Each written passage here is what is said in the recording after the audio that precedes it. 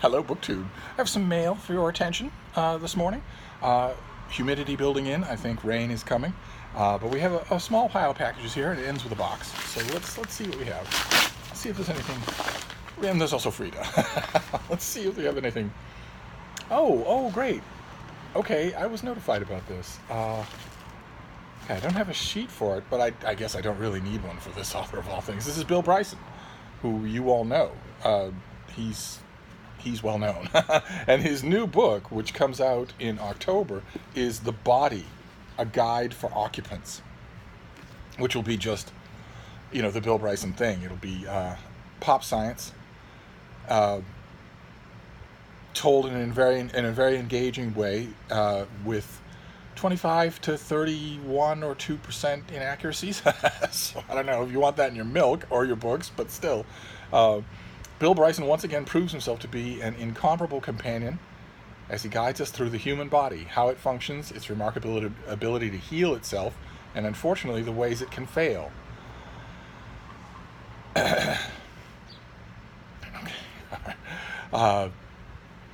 Full of extraordinary facts and irresistible Bryson-esque anecdotes. The Body will lead you to a deeper understanding of the miracle that is life in general and you in particular. Okay, so this comes out in October. It's guaranteed to be a bestseller. It's the sort of thing that happens with his books. I will probably wait a bit until I read it, but I will definitely read it, and I will definitely review it. Oh boy, oh my. Okay, this is another book. This comes out in September. This is another book about the multiverse. This is by Tom Siegfried, and it's called The Number of the Heavens, A History of the Multiverse and the Quest to Understand the Cosmos. The universe is supposed to consist of everything that exists. However, many scientists suspect that the vast, expanding bubble of space that burst into existence at the Big Bang might be just one of countless bubbles, the totality of which is known as the multiverse. The ancient Greek philosophers who proposed the existence of atoms also believed in multiple universes, but Aristotle insisted on one and only one cosmos, finite and eternal. Early medieval scholars accepted and defended Aristotle's view, but in 1277, the Bishop of Paris declared it heresy to teach that God could not have created multiple universes. Okay, and this concept of universe was repeatedly refined, each time recasting the questions of whether or not there was more than one. In the 1980s, the issue flared up again as new theories about the Big Bang suggested the existence of a grander multiverse. This debate continues today as experts explore the possibility of many Big Bangs, extra dimensions in space, and a multiplicity of parallel realities suggested by quantum physics. Okay, so this book is going to tell that whole story, and the suggestion, the mention there of the suggestion by quantum physics is a double slit experiment that seems to imply to some scientists who look at it that you can extrapolate multiple universes, that the only way to explain quantum physics is with a multiverse. And that has always bothered me. I am fascinated by quantum physics, but the whole idea, the whole concept of the multiverse seems to me to be just a slap in the face of Occam's razor. Because Occam's razor isn't just dealing with knowns, right? I mean, if you have a phenomenon, and you don't understand it, and there are, as far as you can see, there are two possibilities, and one is that the phenomenon can only be explained by the fact that every time a quantum action happens, an entire new universe is born, with stars and big bangs and cosmological constants of its own, or that that quantum physics has some secrets that you just don't understand, but that are far simpler than new universes, entirely new universes being spawned every time something X, Y, or Z happens. That's always struck me as just a flagrant violation of the conservation of speculation. In other words, the long and the short of it is that despite this book and Sean Carroll's new book and a bunch of other books, I don't believe there is such a thing as the multiverse. I don't think there's any hint of it. I don't think there's any clue whatsoever.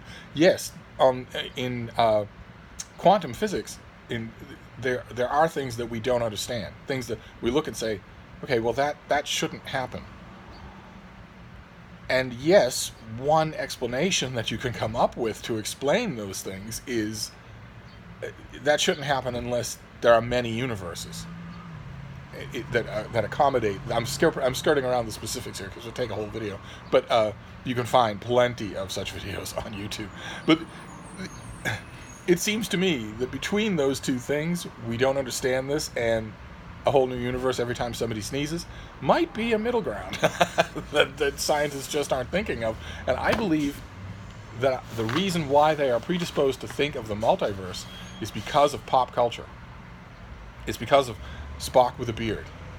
All of the heads of physics departments all over the Western world were introduced to the idea of parallel universes by Spock with a beard, by Mirror Mirror in Star Trek. And I think they would never admit it. I don't think any of them would ever admit it, but I believe that's where it comes from. That and comic books. I think that's why these people, these scientists who are now in their 70s, are so ready to jump to such a wild conclusion. It seems like such a wild conclusion. Why not look at that mysterious little phenomenon and say, okay, it's a mysterious little phenomenon. Sooner or later, someone will come along with a good explanation of it, or we will learn one. But that is not a good explanation. I don't know. Maybe this book will convince me otherwise. So let's see. Let's move on here. Okay, all right. This is another one from Harvard. This comes out in November, and it is called The Confounding Island. It's by Orlando Patterson, and it is about Jamaica and the post-colonial predicament. Like I always say, if we didn't have academic pursuits, we wouldn't have books like this. There are few more puzzling places than Jamaica. No country has more churches per square mile, yet it is one of the most murderous nations in the world.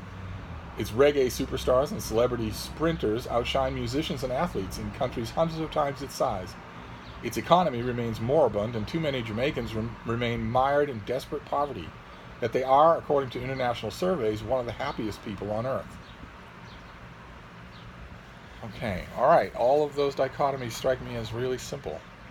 But I am sure that the book won't be simple. The author is the John Cowles Professor of Sociology at Harvard, and he's the author of a few other books. And he serves as Special Advisor for Social Policy and Development to Jamaican Prime Minister Michael Manley. So obviously he knows his subject. I haven't read a book on Jamaica in a long time. All right, what a weird mail haul. As usual, what a weird mail haul this is turning out to be. Let's see what this next one is. Huh. Okay, it's another World War II pocket history by a young historian. This is due in early October. This is by Henry Hemming, who did The Ingenious Mr. Pike, which I did not read. I'm wondering if any of you did. It got a lot of attention, but that and Agent M, he wrote both of those. I didn't read either one of them. Okay, so this is Agents of Influence, a British campaign, a Canadian spy, and the secret plot to bring America into World War II. As World War II raged into its second year, Britain sought a powerful ally to join its cause, but the American public was sharply divided on the subject. The Canadian-born officer William Stevenson, with his knowledge and influence in North America, was chosen to change their minds by any means necessary. In this extraordinary tale of foreign influence on American shores, Henry Hemming shows how Stevenson came to New York, hiring Canadian staffers to keep his operations secret, and flooded the American market with propaganda supporting Franklin Roosevelt and decrying Nazism. His chief opponent was, of course, Charles Lindbergh, an insurgent populist who campaigned under the slogan America First, and had no interest in the war. This set up a shadow duel between Lindbergh and Stevenson, each trying to turn public opinion his way with the lives of millions potentially on the line. Oh my. Okay, that sounds fascinating. I love these little World War II side histories, these little keyhole histories. We've had at least 3 dozen of them in 2019. Okay. Yeah, the only quibble because this comes out in early October, the only quibble I have with the cell sheet is that the American public was not sharply divided on the subject of intervening and getting involved in a European war. The American public was overwhelmingly against it. There was no sharp division. There was a vocal minority that wanted to get involved, but otherwise the whole of the country was adamantly opposed until the country was attacked and until Germany declared war on the United States. And I'm not sure if Pearl Harbor had happened, but the German declaration of war had not happened. I'm not sure. Even now, looking back at all that I've read on it, I'm not sure that America would have gone into the European war. I don't know, but maybe the author has. Oh, the little bean is restless. The air is charged with not only humidity but a kind of a wobbly pressure. I think rain is coming. Rain is predicted for all of tonight and all of tomorrow, including with thunderstorms. But I think rain is coming today as well, in the afternoon, I think. What do you think, Bean?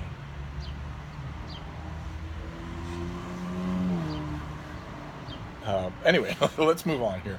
So we've got a cardboard vacuum pressed thing here, and then a box. So let's see. Look at that. Tore into the box. It is still sealed. Let's keep tearing like a wild animal. Okay. Boy, this just keeps staying strange. This is by Thomas Clerk, and this is the paperback of his book Interior, which is translated by Jeffrey Zuckerman. Okay, so the paperback comes out next week. Has the requisite absolutely hideous American cover. Do I recall Interior from when it wasn't a paperback? I don't think I do. Let's see here. A comic experiment in sociology and self-absorption. The award-winning author Thomas Clerk's autobiographical Interior is a unique invitation into the professor's preoccupations and possessions within the rooms of a small Parisian apartment. Composed of bite-sized vignettes, remembrances, and digressions, and filled with light-hearted transitions from pure description to quirky reminiscence and back, this meticulous tour through the rooms of Clerk's home reveals fascinating insights into the author's obsessions, desires, and frustrations. Oh, great. Okay. All right. Okay, so this is not only autofiction, but unbelievably lazy autofiction. It's this is auto writing where the author not only considers himself to be the only important subject that he could possibly write about, but isn't willing to get up. Isn't willing to get up from his seat. Just what I describe around me will be good enough to make a book. Okay. All right. Okay. So this is the paperback, and it has a few blurbs on it.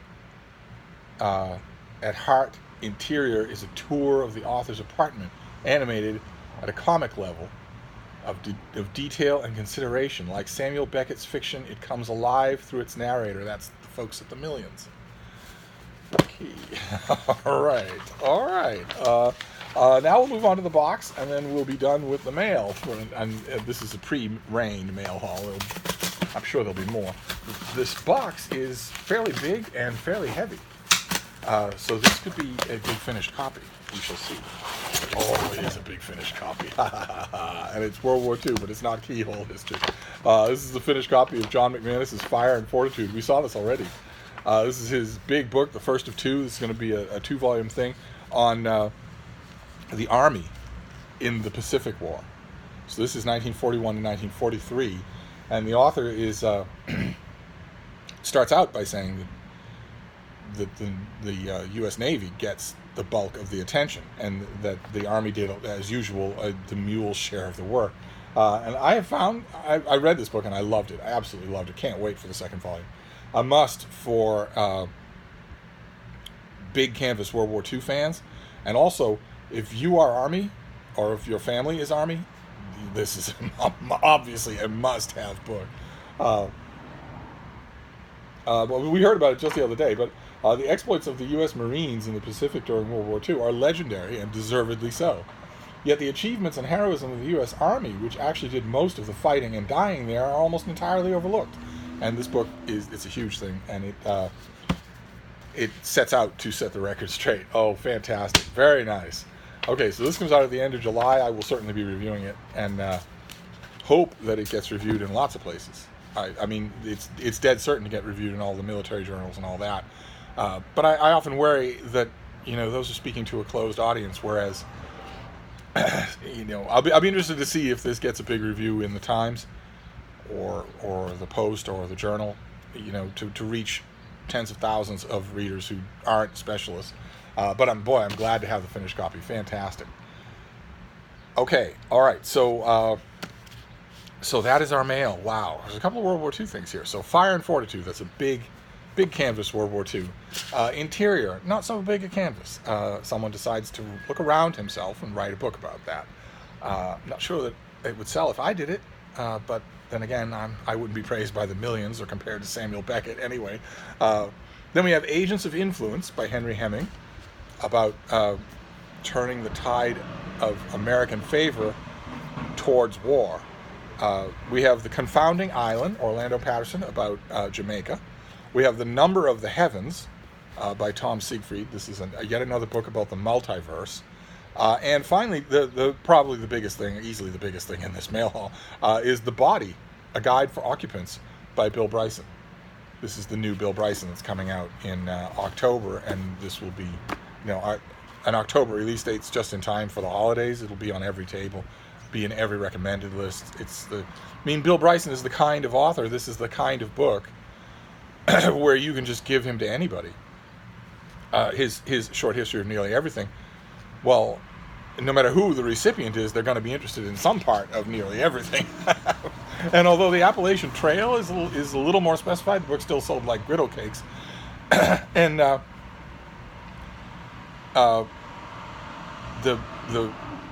magic about The Body is that, of course, everyone has one. So I think this will probably be a mega hit. I don't think this will be a misstep for the author. But there you go. Frida disappeared, but I'm still here. And I'll be back. We have plenty of other stuff to talk about. Thank you, BookTube.